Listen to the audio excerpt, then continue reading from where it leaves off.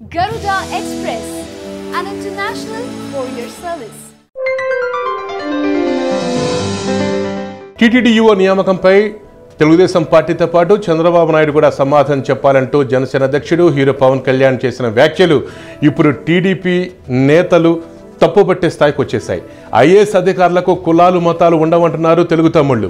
పవన్ కళ్యాణ్కు ఎవరో తప్పుడు సలహాలు ఇస్తున్నారని, ఆయన ఇష్టం వచ్చినట్టు మాట్లాడటం సరికాదని హితవు పలుకుతున్నారు తెలుగుదేశం పార్టీ నేతలు. మాట్లాడే ముందు పవన్ స్టడీ చేయాలంటూ రాజేంద్ర ప్రసాద్ వ్యాఖ్యానించారు. తన వ్యాఖ్యలపై పవన్ పునరాలోచించుకోవాలని డిమాండ్ చేశారు ఆయన. అలాగే టీడీపీ నేత వర్ల రామయ్య కూడా పవన్ ట్వీట్పై తీవ్రస్థాయిలో స్పందించారు. ఉత్తరాది దక్షిణాది అని విడదీయటం మంచి పద్ధతి కాదు అన్నారు ఆయన. పవన్ మీడియాలో ప్రచారం కోసమే మాట్లాడటం సరికాదని, ఉత్తరాది అధికారులను యూఓగా నియమించకూడదని, దక్షిణాది అధికారులకే ఆ పదవి అని ఏ చట్టంలో రాసిలేదని అన్నారు. మేధావి అయిన పవన్ తెలుసుకొని మాట్లాడితే బాగుంటుందని వర్ల రామయ్య విరుచుకుపడ్డారు. మరోవైపు ఇదే అంశంపై మంత్రి అచ్చెన్నాయుడు కూడా స్పందించారు.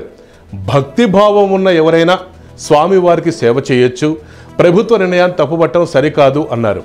సేవ చేసే ఏ వ్యక్తి అయినా యూఓగా పనిచేసే అర్హత ఉంటుందన్నారు. అయితే ఉత్తరాదికి చెందిన ఐఏఎస్ అధికారి అనిల్ కుమార్ సింఘాల్ను ఏపీ ప్రభుత్వం నియమించిన విషయం తెలిసిందే. మొత్తానికి చాన్నాళ్ల తర్వాత పవన్ విమర్శలపై టీడీపీ ఎదురుదాడి చేయటం నేర్చుకుంది. ఎప్పుడు పవన్ విమర్శించినా సద్విమర్శలుగా స్వీకరిస్తాం అని చెప్పుకునే తెలుగుదేశం పార్టీ ఇప్పుడు టీటీడీ వ్యవహారంలో విమర్శించడం ఎంతవరకు కరెక్ట్ అని పలువురు ప్రశ్నిస్తున్నారు. గతంలో పవన్ చేసిన విమర్శలు మంచివైతే మరి ఇప్పుడు పవన్ చేసిన ట్వీట్ని కూడా అలాగే తీసుకోవాలి కదా అని నెటిజన్లు విమర్శిస్తున్నారు. చూడాలి ఈ వ్యవహారం ఎంత దూరం వెళ్తుందో.